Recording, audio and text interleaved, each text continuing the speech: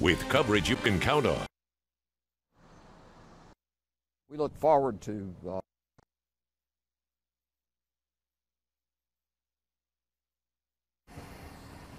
1, 2, 3, 4, 5, 6, 7, 8, 9, 10. In a record, could be the hottest day. And there's a heat advisory for our west.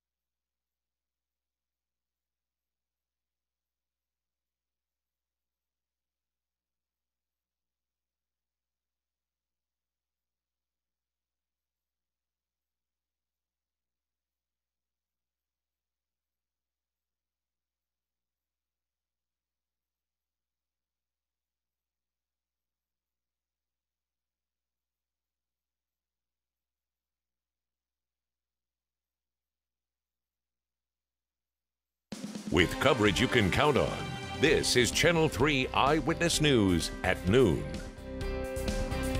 Good afternoon, and thank you for watching Channel 3 Eyewitness News at noon. I'm Lori Mitchell. We are dealing with some dangerously hot weather today. It could be the hottest day of the year. Let's check in now with meteorologist Brittany Beggs. She's in today for David Carnes. Hi, Brittany. Hey, Lori. Yeah, if we hit 95 today, it'll be the hottest day of the year. Right now, we're at 89 degrees, and factoring in the humidity, it feels like 95 out there. Now, our heat advisory, it's in effect, and it's in effect until 8 p.m. It is for those west of I-75, Franklin and Jackson counties. I'll be breaking down the hourly heat index this afternoon, and when I'm expecting some relief with some showers and storms over the weekend. Lori.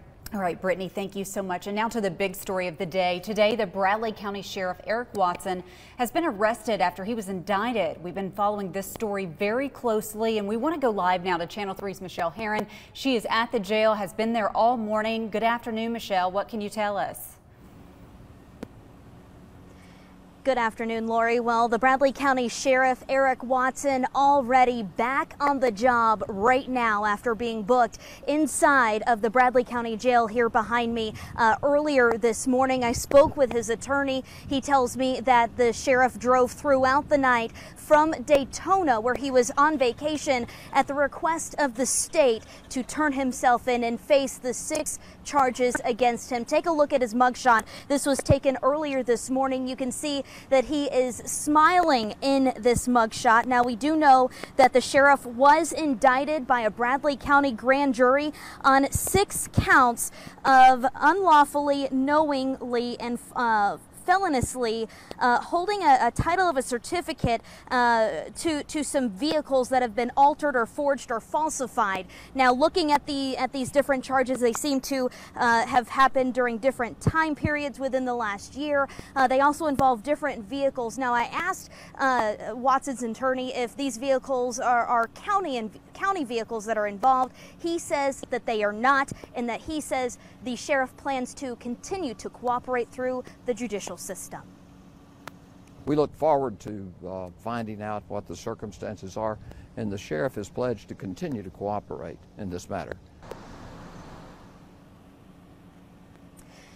And And again, the sheriff is out on bond, a $30,000 bond right now, and he is back on the job. I'm told that he's inside his office here right now. We asked to speak with him on camera, and he declined our request through his attorney to go on camera, but they did give us a statement from the sheriff that he also forwarded to all of his employees. I'll break that down coming up here in about 30 minutes. But for now, reporting live in Bradley County, I'm Michelle Herron, Channel 3 Eyewitness News. All right, the sheriff back on the job this afternoon. Thank you, Michelle. Also developing right now, a small plane with engine trouble has landed in a field in the Ottawa-Georgetown Road area. That plane landed safely about 10 miles from the airport. 2 people were on board and were able to get out. We currently have a crew on the scene and will bring you updates as they become available.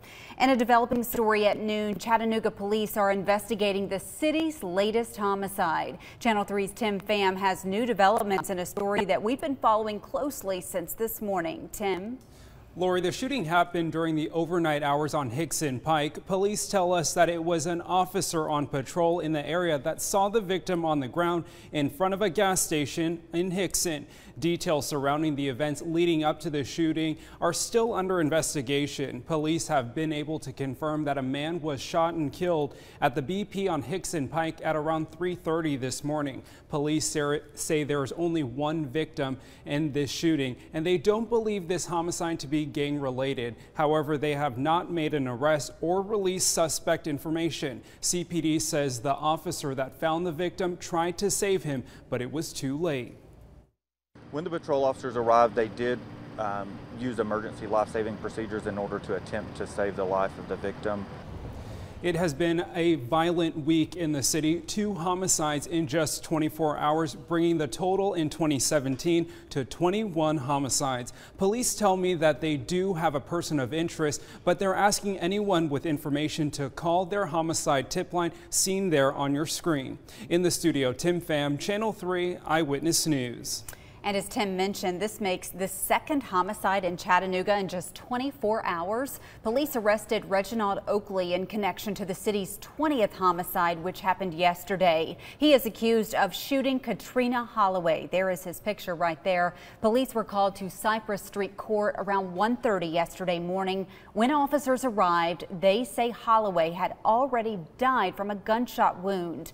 Oakley was questioned by investigators and taken into custody. Neighbors say they are focusing on helping Holloway's 3 children. I feel sad for her that she's gone, but even more sad for her son, because his mama was like his everything, bread and butter. He was close with his mom. He didn't want for anything. She worked to make sure he had it. Once again, this was the 66th shooting in Chattanooga this year. This morning's shooting was the 67th. If your commute takes you on Interstate 75, then you probably experienced some major delays this morning. A semi-trailer crash caused delays on I-75 southbound at the I-24 split in Hamilton County. Officials say the crash also involved 4 other vehicles. There is no word on whether or not anyone was hurt, and the road is now back open. The Highway 58 Volunteer Fire Department was called to a fire on Bunker Hill Road in Birchwood this morning. It started around 3:30. There are no reports of anyone being hurt. More than a month after 2 Georgia inmates allegedly killed 2 corrections officers and escaped from prison, we are learning more about the case. The commissioner of the Georgia Department of Corrections will hold a media briefing today on his department's review of that June 13th escape. 43-year-old Donnie Rowe and 24-year-old Ricky DuBose are charged with killing 2 guards before breaking out of prison. They were captured near Murfreesboro, Tennessee, just 3 days after their escape. We are hearing from the owner of a pickup truck that was stolen this week from a Chattanooga business. What the thief didn't realize is that a woman was sleeping in the back seat. This afternoon, the truck's owner has a message for other drivers. It all unfolded at this Lowe's in Hickson Tuesday afternoon. Jason McVeigh says his nephew borrowed his pickup truck and pulled up to the front of the store to make a quick trip inside. He left the truck running because his girlfriend was taking a nap in the back seat. But seconds later, a strange man jumped in the driver's seat and drove away. Her exact words were, "Dude, who are you? What are you doing?" And it startled him. And so obviously he didn't know she was back there under a blanket. The thief stopped the truck and drove back to Lowe's, ditching the vehicle and the woman still inside. What saved her was she woke up right then. If she had fell asleep and he got to where he was going, it could have turned out a lot worse. McVeigh says the ordeal only lasted a few minutes. It scared the woman, of course, and surprised his nephew too. But still, that's pretty bold because it's right in front of the store. Glass windows, customers, cameras, I don't know what he was thinking. A good reminder that these things can happen in just a matter of seconds. And McVeigh wants to offer this advice. Lock your doors. No matter what, lock your doors. The third time in just 2 days, a thief stole a vehicle with a person inside. Chattanooga police haven't said if those cases are connected. Coming up on Eyewitness News at noon, we are only a month out from the total solar eclipse, and viewing parties are already getting prepared for the big day. Find out how after the break.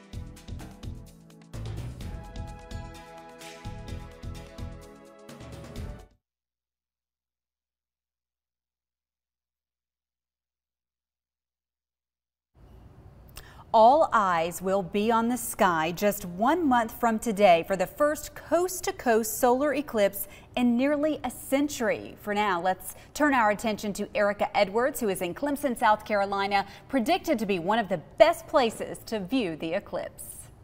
We finally got our deck and RA motors. Student scientists are preparing for the lesson of a lifetime.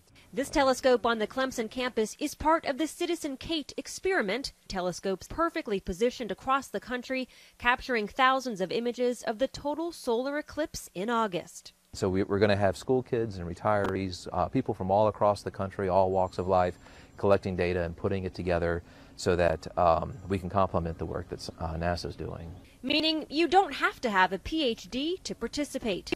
Children in Riverton, Wyoming are launching a balloon with student experiments. This is our first test run. And will live stream the eclipse that will travel through 14 states. The shadow of the moon is going to touch the first going to touch land over in Oregon and leave land around Charleston.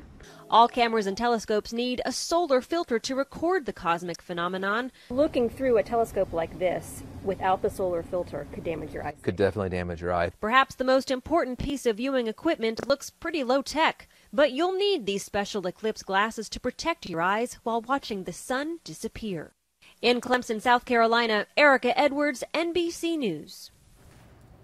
Of course, everyone will have one of these on eclipse day, but don't use it for solar selfies. The sun's rays will fry your smartphone, and we'll have more details about this as we approach the solar eclipse coming up on our website and in our newscast. But right now, we want to relay some breaking news. NBC News is reporting that Press Secretary Sean Spicer has resigned. We are expecting a special report. It should happen any minute now. When it does, we'll be sure to take you live to that report.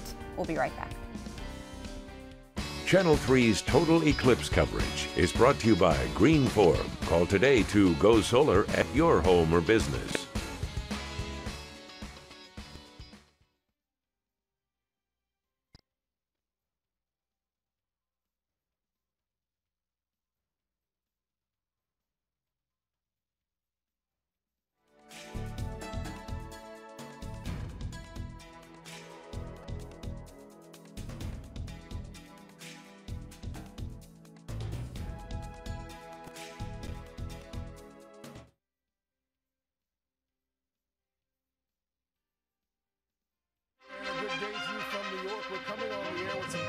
From the White House, there is word of a major surprise shakeup. White House Press Secretary Sean Spicer has unexpectedly resigned from his position. The resignation coming after reports that President Trump has now selected Wall Street financier and longtime supporter Anthony Scaramucci as White House Communications Director. Let's get right to national correspondent Peter Alexander standing by for us at the White House. Peter, what more do we know? Greg, good day to you. This is the White House briefing room where Sean Spicer has become a household name over the course of the last 6 months and 1 day. But multiple White House officials now confirmed to NBC News that Spicer has now resigned from that position.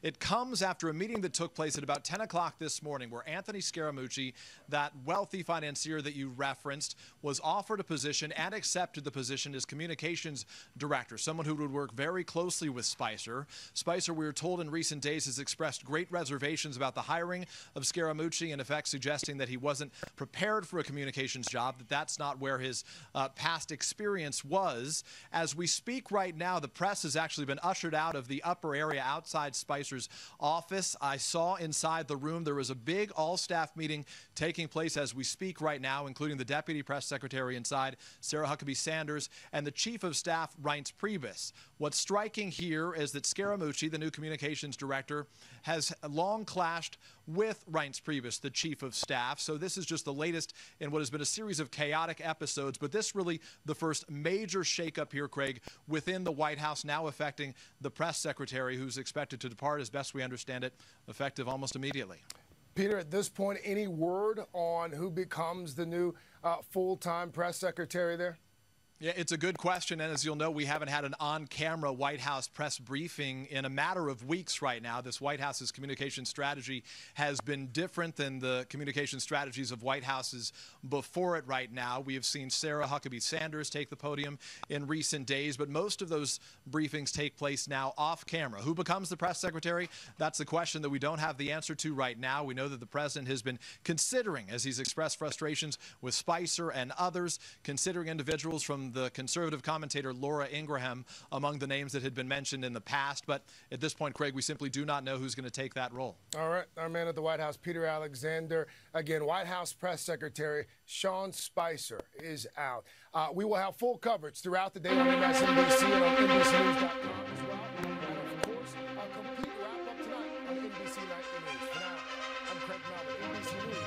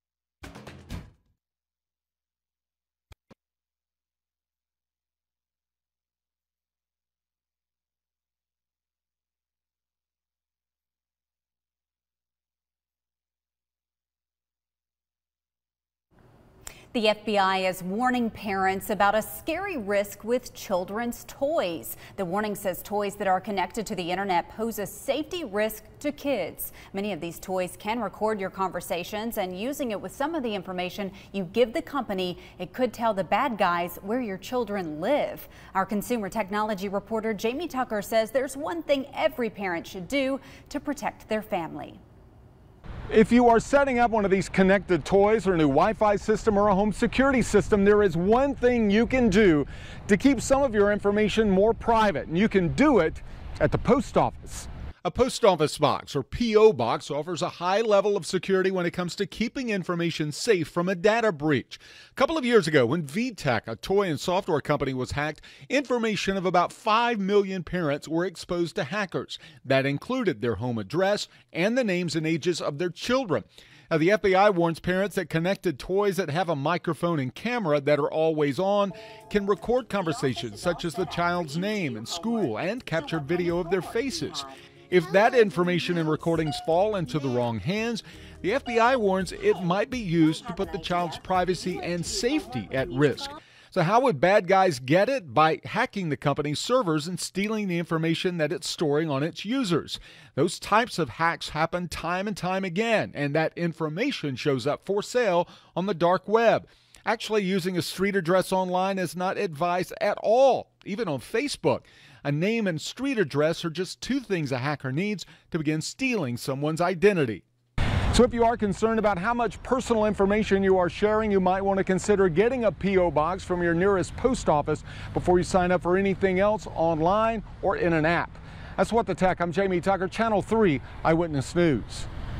And the cost of a post office box varies by size. The smallest version is around $10 a month. The FBI urges parents to research the security of toys before buying or connecting them to the internet. Well, here in the Tennessee Valley, it's another hot and muggy day. We won't break any records, but it could be the hottest day so far, Brittany. Yeah, you know, yesterday we got up to 94. If we get up to 95 today, then it'll be the hottest day of the season again. And, you know, we're already starting to see heat index values near 100. And right now that is out of the Dayton area. 97 is what it feels like right now out of Chattanooga.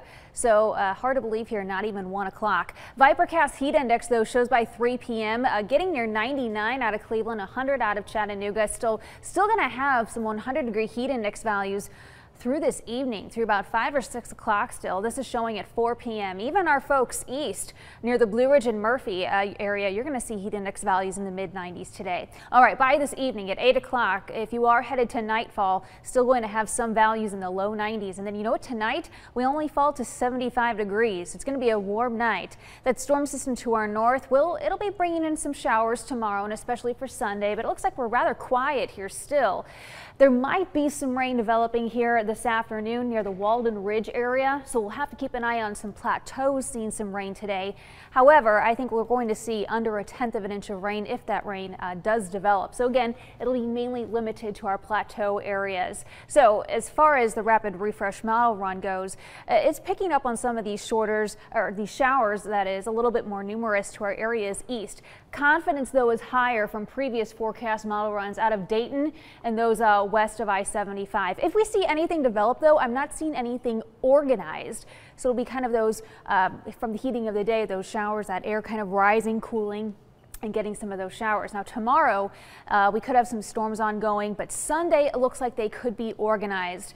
There will be a boundary to our north that starts to move in. So showing by about 3 o'clock or so, there might be some storms ongoing to our southeast, but I think the better chance will be moving in by evening. Those will be, again, to our areas mainly north, but then over time, I think those are going to be dropping southeastward Sunday night and possibly continuing into Monday. And it looks like we could be seeing about 1/2 to 1.5 inches of rain from Sunday into Monday. All right, there is our forecast highs over the next 7 days. Average high here for the end of July is 90.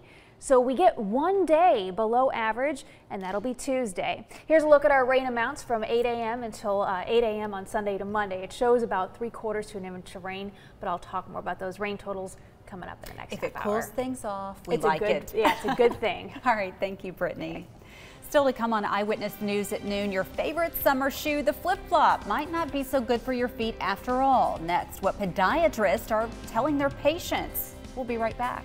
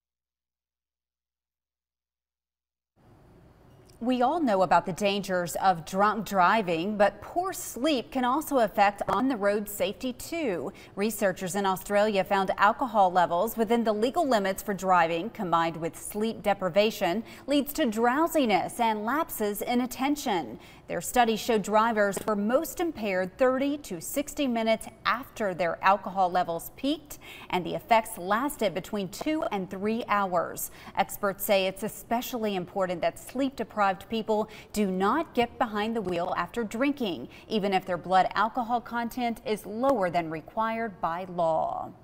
Flip-flops may be your go-to summer shoe, but you might want to reconsider putting them on, at least for the sake of your foot. Podiatrists at a North Carolina hospital say they see a lot of patients with foot conditions caused by flip-flops because they don't have any arch or heel support. Flip-flops can change your natural stride and lead to shin splints or even lower back pain.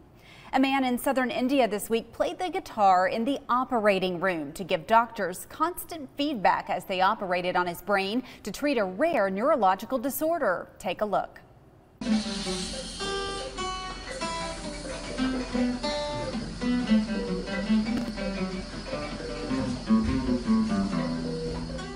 Yep, that's right. This man is undergoing surgery as he's playing the guitar. He suffered from musicians or guitarist dystonia, which caused involuntary and painful muscle spasms. His condition caused cramps in 3 fingers of his left hand every time he strummed the guitar. He was fully awake during his 7-hour-long brain surgery and playing the guitar to help the surgeons detect the problem areas. Pop singer Justin Bieber can't forget about playing in China anytime soon. Beijing's Municipal Bureau of Culture said the Canadian singer's bad behavior and words and actions when he last performed in China caused some public dissatisfaction. Bieber performed in China back in 2013 and stripped off his shirt while on stage. That received a lot of negative attention in the Chinese media, along with Bieber being carried up the steps of the Great Wall of China and riding a Segway through the streets, again without a shirt. It is unclear how long the ban will last. We'll have more news and weather coming up on the other side of this break. We'll see you then.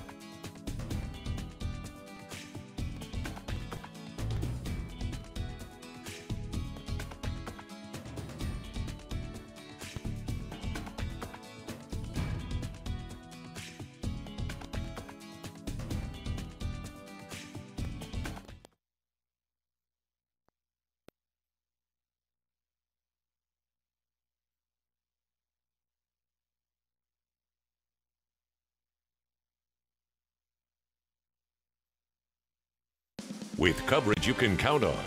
This is Channel 3 Eyewitness News at noon. Good afternoon and happy Friday, everyone. Thank you for joining us for Eyewitness News at noon. I'm Lori Mitchell. The heat and humidity continue today, but how hot will it be? Let's find out. Here's Brittany Beggs to tell us. Hey, good afternoon, Lori. Yeah, I expect we're going to see temperatures in the mid-90s. Already seen heat index values in the upper 90s and near 100. For our weather headlines, more heat continues through Saturday. A little bit of relief comes early next week. And I'm also tracking possible organized storms this upcoming weekend on Sunday. I'll be breaking down how much rain I'm expecting and what we get to look forward to next week coming up in this half hour. All right. Thank you, Brittany. Let's go live now to Channel 3's Michelle Herron. She is in Georgia, I believe. And Michelle, what's the latest going on in Bradley County? Sheriff Eric Watson was booked earlier today, and we're told he's now back on the job. Is that right? Hey, good morning or good afternoon to you, Lori. Yes, Sheriff Eric Watson back on the job. He's actually out of jail on a $30,000 bond. He was booked early this morning, I'm told, by his attorney. At the request of the state, he drove throughout the night from Daytona Beach, Florida, where he was on vacation, when he received word that he had been indicted by a grand jury here in Bradley County. Take a look at his mugshot from this morning, where he is seen smiling. Now, this was taken just a couple of hours ago. He is charged with 6 counts of falsifying some documents with some vehicles. Now, I've looked at those counts, and they are 6 different vehicles, different time frames regarding the last year. This is all from a TBI investigation that took about a year to gather, and all of that evidence was then turned over to a district attorney out of Sevier County, and he presented those findings to a grand jury. That's where these charges came from. Now, speaking with the sheriff's attorney and getting a statement from the sheriff himself, he does say that that he will waive his arraignment and ask for a speedy trial, and he says that he is not guilty to the charges that are against him. It is true that everyone is entitled to justice. Sheriff Watson's entitled to justice just as much as Dan Rawls wants him not to be. And that is the sheriff's attorney, and Jim Logan. We spoke with him earlier today. Now, we did request an interview to speak with the sheriff in person. He declined our request, but I am told that he's in his office right here behind me, and he is working and will continue to work throughout the day and go on.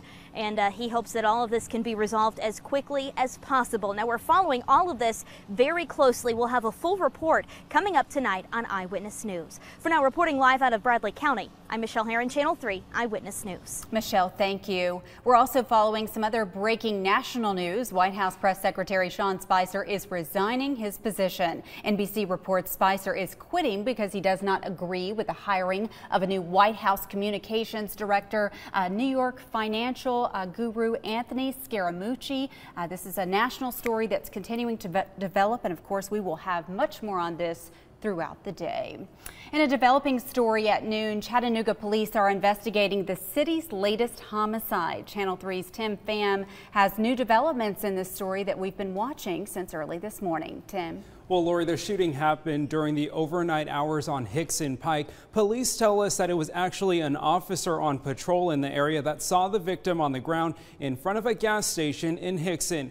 Details surrounding the events leading up to the shooting are still under investigation. However, police have been able to confirm that a man was shot and killed at the BP on Hickson Pike around 3:30 this morning. Police say there is only one victim in the shooting, and they don't believe this homicide to be gang related. However, they have not made an arrest or released suspect information. CPD says the officer that found the victim tried to save him, but it was too late. We are still investigating exactly what happened prior to the patrol officers arriving on scene. At this time, it does not appear that it is a drive-by shooting. Been a violent week in the city. 2 homicides in just 24 hours, bringing the total in 2017 to 21 homicides. And police tell me that they do have a person of interest, but they're not releasing any of that suspect information at this time. But later tonight, we'll hear from some witnesses who were in the area, and they talk about just how crime has increased in the Hickson area. But if you have any information, call the homicide tip line. That's what CPD is asking. 21 homicides so far this year. 67 shootings. Yeah, and just, we reported on just one yesterday too. Yeah. So. All right. Thank you, Tim. That's a big number. And as we mentioned, this was the second homicide in Chattanooga in just 24 hours. In the first, police arrested Reginald Oakley in connection to the city's 20th homicide, which happened yesterday. He is accused of shooting Katrina Holloway. Police were called to Cypress Street Court around 1:30 Thursday morning. When officers arrived, they say Holloway had already died from a gunshot wound. Oakley was questioned by investigators and taken into custody. Neighbors say they are focused on helping Holloway's children. I feel sad for her that she's gone, but even more sad for her son. Because his mama was like his everything, bread and butter. He was close with his mom. He didn't want for anything. She worked to make sure he had it. Again, this was the 66th shooting in Chattanooga this year, and this morning's shooting became the 67th. Dusting, vacuuming, and mopping are never fun, but these chores can be overwhelming for patients going through chemotherapy. In this Eye on Health report, Latrice Curry sat down with a local woman who is getting help from a program that provides free house cleaning services.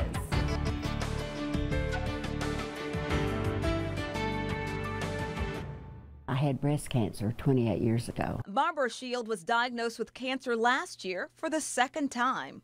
The first thing that it did, it took my appetite. And still, when I have one treatment a month, and when I go, then for the next few days, I don't want food. And while she has a positive attitude, Barbara found that simple things became difficult or impossible for her to do. Could not mop, I can't run the sweeper. It's just, dusting seems like a minor thing, but I have to bend over. Barbara says there are a lot of things she can't do. Housekeeping is usually never fun, but it can be overwhelming for those going through chemotherapy. Fortunately, women in our area like Barbara fighting cancer can now get free house cleaning services. Crews from 2 Maids and a Mop work with Cleaning for a Reason, a national nonprofit who matches patients like Barbara with cleaning companies willing to donate their services and give back to the community. Hello. How are you? Oh, I'm glad to see y'all. Good to see you today. Well, basically, we send out a team of 2 with all the supplies and equipment, and they're there for 2 hours. If, the patient wants them to scrub baseboards, do dishes, or even if they just want someone to sit down and play checkers. The program provides service for 4 months. Women 19 and older currently undergoing treatment for any type of cancer are eligible for the service. Over the past 4 years, Alyssa says 2 Maids and a Mop has provided service for close to 50 women who are battling cancer. Alyssa says cleaning crews consider this more than just a job, but a labor of love, helping patients like Barbara have one less thing to worry about. I believe our cleaners just get job satisfaction, just coming into these people's homes and realizing the impact that we have on their lives just really makes for a good day. It certainly makes for a much better day and provides Barbara with a big sense of relief. I would just walk through the house and look around, and I think, oh man, I didn't have to do this. Okay, darling. No, she didn't. So she can just focus on her treatment and recovery. Latrice Curry, Channel 3 Eyewitness News. For more information about this program, you can go to our website. 1 month from now, most of us will have our eyes toward the sky for the total solar eclipse. And there is one main thing you must do before August 21st. Get ready to protect your eyes. If you plan on taking pictures or video, don't worry about damaging your camera. Professional photographers say most modern devices will be just fine, but your eyes are another story. Special filters for your camera can help. You can buy them online and at some camera shops, and be sure to get the proper glasses. And you'll have this 2.5-minute piece of history recorded that you can show your grandkids. You can replace your camera, but you can't replace your eyes. We have everything you need to know about the eclipse, from where the path is to the specific time you'll see the eclipse in your town. You can check out the 2017 solar eclipse tag on our website and inside the WRCB app. Still ahead on Eyewitness News at noon, in just a couple of months, O.J. Simpson will walk out of a Nevada prison a free man. We will have a recap of yesterday's parole hearing, plus where Simpson plans on going next. And right now, this is a live shot of the podium in the White House briefing room. We are continuing to follow the breaking news that White House Press Secretary Sean Spicer is resigning his position. It is unclear if anyone will be speaking in the briefing room, but we will continue to pass along any updates as they become available. We'll be right back.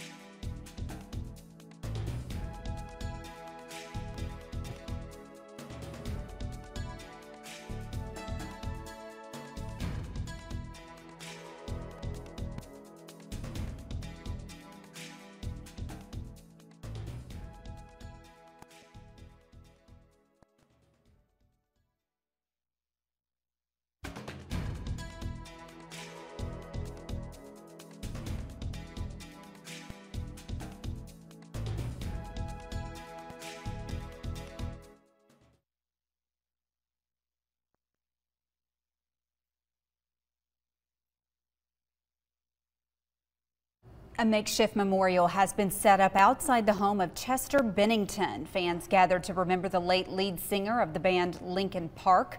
Mourners left behind flowers, photos, and other mementos. The 41-year-old's body was found Thursday morning in his Southern California home. Bennington and Linkin Park had a string of hits over the years, including Numb, In the End, and New Divide. Bennington's death is now being investigated as a suicide.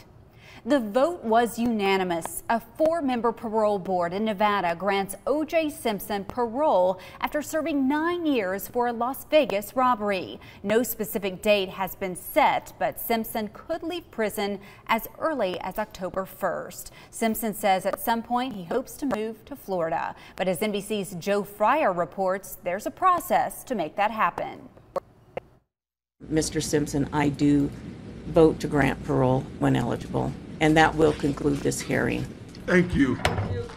No stranger to dramatic moments, O.J. Simpson's relieved reaction to a life-altering decision was once again broadcast on live TV. The ruling came after a 75-minute hearing with Simpson from his prison pressing his case to the parole board 130 miles away. I take full responsibility. In vivid detail, he recounted his version of events surrounding the ill-fated armed confrontation that landed him behind bars. It was my property. I wasn't there to steal from anybody. At times, he expressed regret. I'm sorry it happened. I'm sorry to Nevada. In other moments, he appeared to some observers more defensive. Nobody's ever accused me of pulling any weapon on them. I've basically spent a conflict-free life. Those statements stunning to Christopher Darden. It's outrageous. It's an outrageous lie. Author of the book In Contempt, he was one of the prosecutors when Simpson was acquitted of murdering his ex-wife Nicole Brown and her friend Ron Goldman. I just don't know that he is the low risk that the parole board decided he is. I don't know. I mean, if I lived next door to O.J. Simpson, I would be concerned, very concerned. The parole board received hundreds of letters from the public, many citing the murder case and the multi-million-dollar civil judgment against Simpson. However, these items will not be considered in this case. Instead, parole commissioners heard from one of the robbery victims, Bruce Fromong. O.J. is my friend, always has been. He not only testified that Simpson should be released, but offered to pick him up from prison. Juice, I'll be here tomorrow for you. I mean that, bud. There were also lighter moments highlighting the nerves in both locations. And we have that you are currently, well, very recently turned 90 years old. 90, I'm sorry about that. You look great for 90. Now, at age 70, Simpson can start preparing for life as a free man.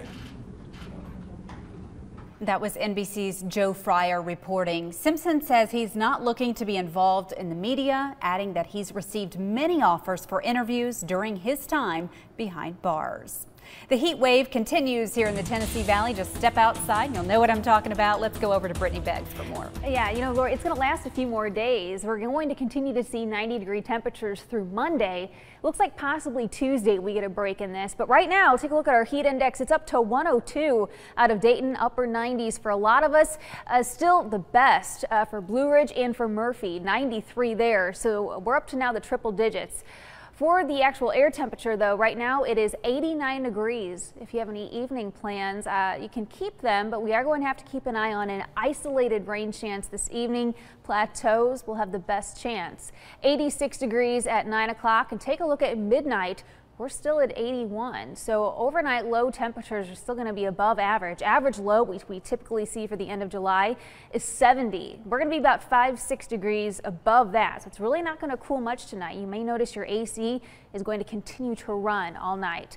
Air quality also, because this air has been so stagnant, it's at a moderate stage today. That means anyone that suffers from respiratory issues, they might want to take it easy, maybe just stay inside.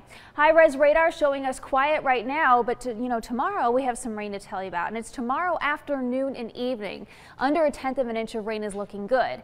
That changes though as we head into Sunday. This is from Sunday morning until Monday morning, and it is preliminary, but we could have some storms producing some heavy rain, and it looks like from 3/4 to an inch of rain from Chattanooga, Athens, and Dayton. Further south you are, not quite as heavy. Under looks like possibly 1/2 inch of rain for the Fort Payne area. Now, if you're headed to Riverfront Nights tomorrow, it looks like we'll be warm and muggy at 7 o'clock, 89, and then still keeping that small storm chance in there still at 9 p.m. The rain chance for next week then, this is Monday.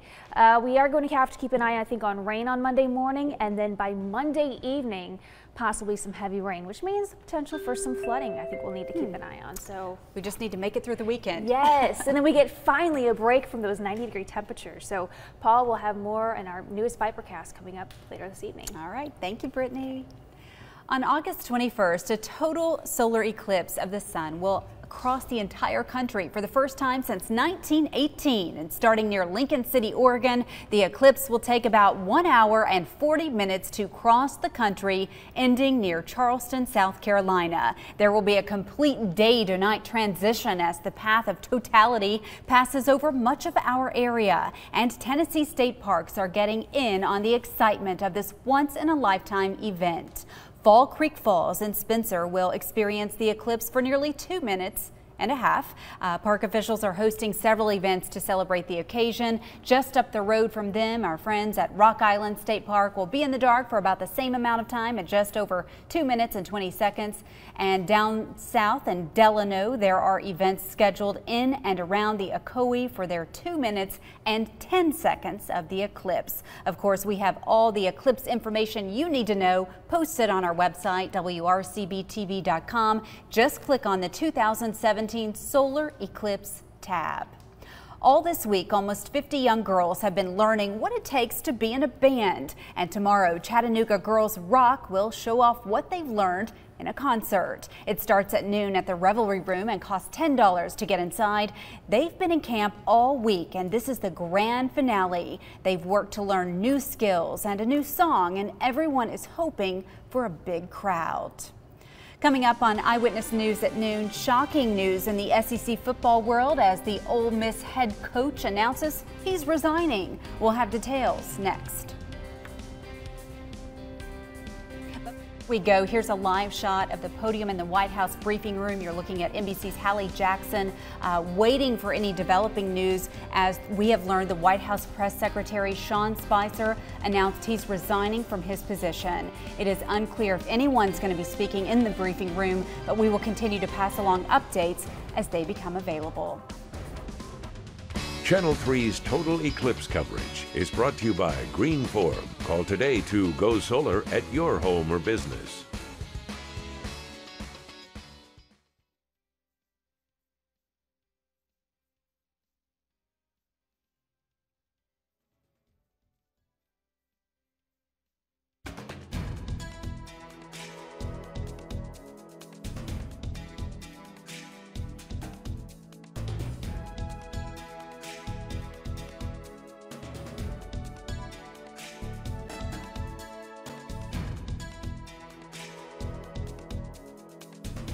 Exactly 1 week after Ole Miss head coach Hugh Freeze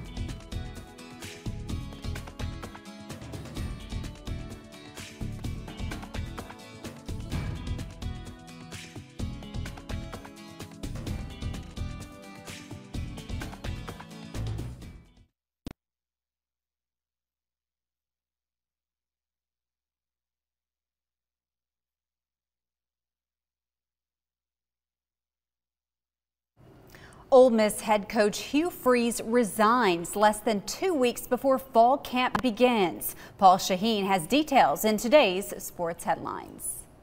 Exactly 1 week after Ole Miss head coach Hugh Freeze stepped down from the podium at SEC Media Days, he stepped down from his position last night as Rebels head coach for what Ole Miss is calling a pattern of misconduct in his personal life unrelated to their ongoing NCAA investigation.